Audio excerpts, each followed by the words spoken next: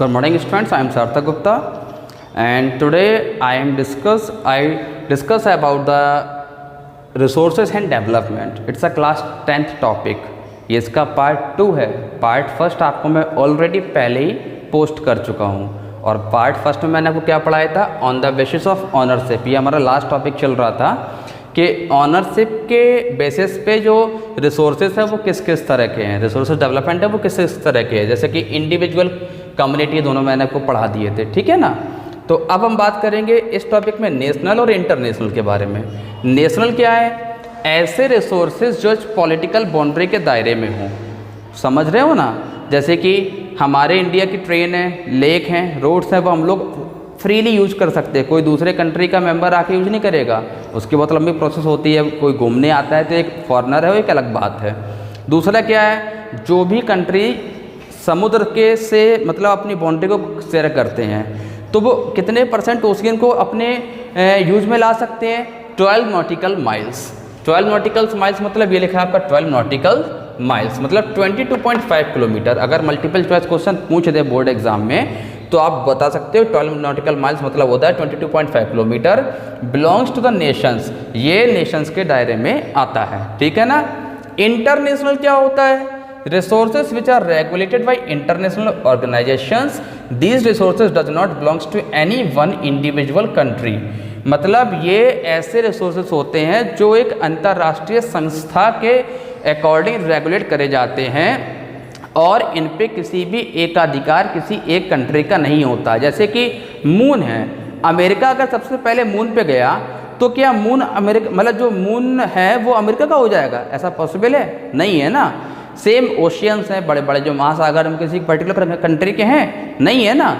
ऐसे प्लैनेट्स वगैरह ये सब बात की बात है. समझ रहे हो ना. तो आपको इसी से समझ में आ गया होगा मैं किसकी बात कर रहा हूँ.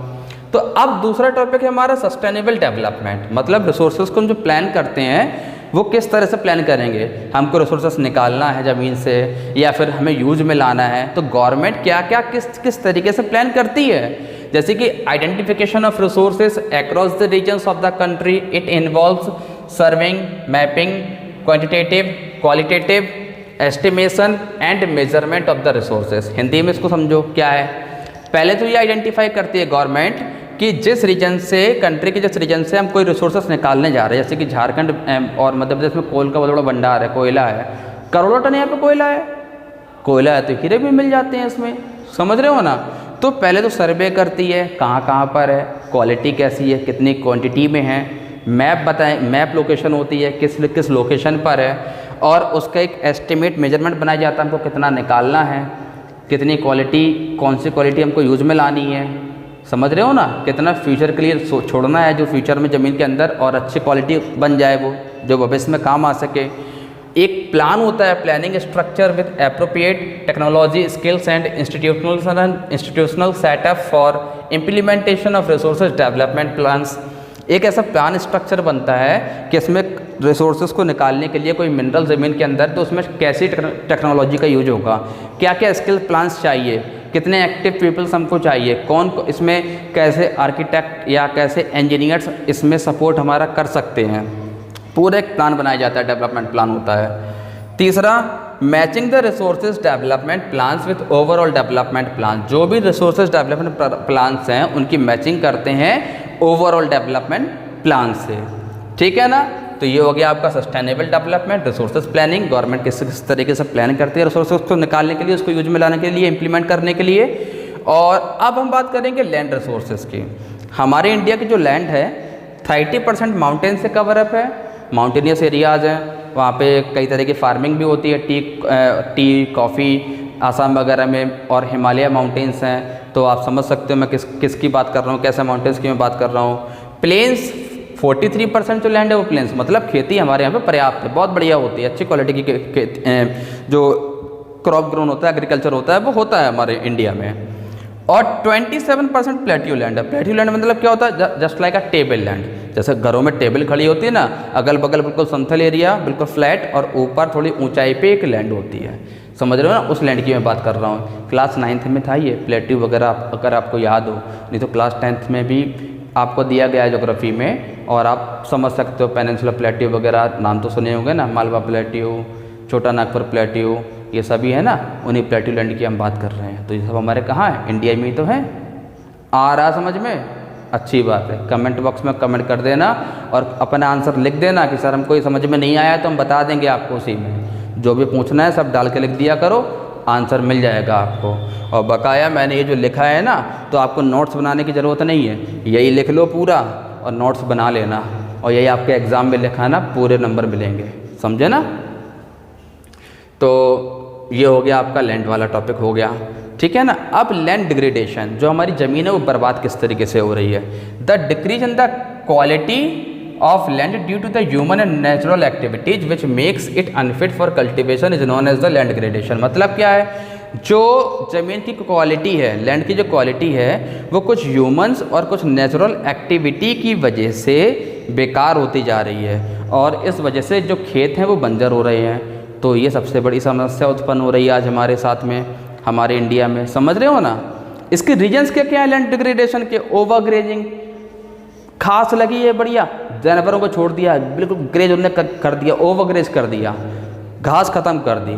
अब जो upper layer top most soil होती है, ये तो बचपन से पढ़ते आ रहे हो, वही सॉइल तो आपकी सबसे अच्छी होती है, जो क्रॉप्स ग्रो कराने के काम में आती है। वही जब बेकार हो जाएगी, हवा चली, आंधी चली, उड़ गई, बारिश रेनफॉल तेज हो गया, बह गया, खेत बंजर हो गए। ऐसी समस्या गुजरात में, राजस्थान में, मध्य प्रदेश में, महाराष्ट्र में आज आ रही है ओवरग्रेजिंग की वजह से। दूसरा क्या है, ओवर इरिगेशन, मतलब पानी हद से ज़्यादा खेतों में डाल दिया। अब ये तो देख लो कितने पानी की ज़रूरत है, ऐसे लबालब पानी भर दिया, लगता है जैसे बाढ़ आ गई हो, कीचड़ हो गया, दलदल सी हो गया। बस में क्या खेती आप करोगे बताइए, खेत तो खराब हो गया ना। ये नहीं करना है। तो water logging leads to the increase in the salinity and alkalinity in the soil. तीसरा, waste for industries causes land and water pollution. अब बड़ी बड़ी इंडस्ट्रीज हैं, केमिकल इंडस्ट्रीज हैं, कई सारे मैन्युफैक्चरिंग इंडस्ट्रीज भी हैं, वहाँ से क्या निकलता है, केमिकल बेस्ड प्रोडक्ट निकलता है, जहर निकलता है, समझ लो ये, जो पानी को पूरी तरीके से बर्बाद कर देता है, जो वाटर एनिमल्स होते हैं उनको मार देता है। अब वही पानी पियो तो क्या होगा, बीमार तो पड़ोगे ना, और क्या होगा, बीमारियां लगेंगी। तो समझ रहे हो ना, ये सब नहीं करना है, वेस्टेज नहीं करना है। यहाँ वहाँ कूड़ा मत फेंका करो, डस्टबिन होता है उसमें डाल दिया करो। सीख लो कुछ थोड़ा बहुत, कि स्कूल में खाया केला और फेंक दिया ऐसे ही, टॉफ़ी खाई और रैपर ऐसे ही फेंक दिया, ये सब नहीं करो, इनसे पॉल्यूशन फैलता है। बड़े हो गए अब थोड़ा सा, समझ रहे हो ना। अब सबसे बड़ी बात अब क्या है कि deforestation and overburdening at mining sites causes serves land degradation. पेड़ों को दम से काटने में लगे अपने फ़ायदे के लिए, पूरे पूरे जंगल साफ़ कर दिए। अब जंगल साफ़ कर दोगे तो कहाँ से क्रॉप मिलेगा, कहाँ से अच्छी आपको हवा मिलेगी, रेनफॉल टाइम पे कैसे होगा, समझ रहे हो ना। माइनिंग साइट्स हैं, अब वहाँ माइनिंग साइट्स पे पूरी तरीके से बर्बादी करने में लगी हो, माइनिंग इतने खुदाई पे खुदाई कर रहे हो, माइनिंग साइट्स हैं वहाँ पे पूरी तरीके से, मतलब जो हमारा एनवायरनमेंट है, पूरा जो हमारी लैंड है उसको पूरी तरीके से बर्बाद कर दिया। अब क्या होगा, लैंड खराब नहीं होगा, समझ में आ रहा नहीं आ रहा। दूसरा, mineral processing like grinding of limestone for cement industries and soap stone for ceramic industry generates huge amount of dust when it settles down on land. It prevents the process of infiltration of water into the soil. अब हिंदी में समझ लो क्या कि जो cement industry होती है और जो सैरेमिक इंडस्ट्री होती है, यहाँ पे क्या होता है, बड़े बड़े पत्थरों को छोटा करा जाता है, ग्राइंड करा जाता है, ग्राइंडिंग मशीन से छोटा छोटा करा जाता है, तो बहुत माइन पत्थर हो जाते, धूल उड़ती है।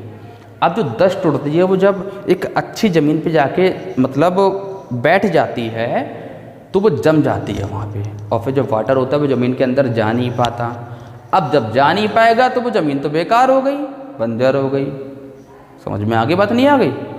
तो इस तरीके से हम अपनी ज़मीनों को बर्बाद करते जा रहे हैं। सोचो जब बर्बाद हो जाएगी तो क्या खाओगे, मतलब उगाओगे नहीं तो खाओगे क्या। आज देखो ज़मीनों पे खेत हैं, प्लाटिंग करनी चालू कर दी, मकान ही बनते जा रहे हैं, आबादी बढ़ती जा रही है, मजबूरी है। अब जब प्लाट बढ़ते जाएंगे, प्लाटिंग होती जाएगी, प्लॉट्स मकान बनेंगे, बिल्डिंग्स बनेंगी, खेती कहाँ होगी, ये सब पॉल्यूशंस फैलाएंगे, ये सब करेंगे, ओवर ग्रेज करेंगे, ओवर इरिगेशन करेंगे, तो क्या पॉल्यूशन तो बढ़ेगा ना, ज़मीन खराब होगी। अब इसके सॉल्यूशंस क्या क्या हैं? पेड़ों को लगाना, किस वे में लगाना, कैसे लगाना, और भी क्या क्या सॉल्यूशंस हैं वो सब मैं आपको नेक्स्ट वीडियो में बताऊंगा। तब तक के लिए इतना ही। ये आपके पूरा बोर्ड के सामने आपका इसमें दिया गया, आप इसको देख सकते हो, समझ सकते हो, इससे नोट्स अपने बना सकते हो। और तब तक के लिए थैंक यू, धन्यवाद। अब मिलते हैं नेक्स्ट वीडियो में। Thank you so much.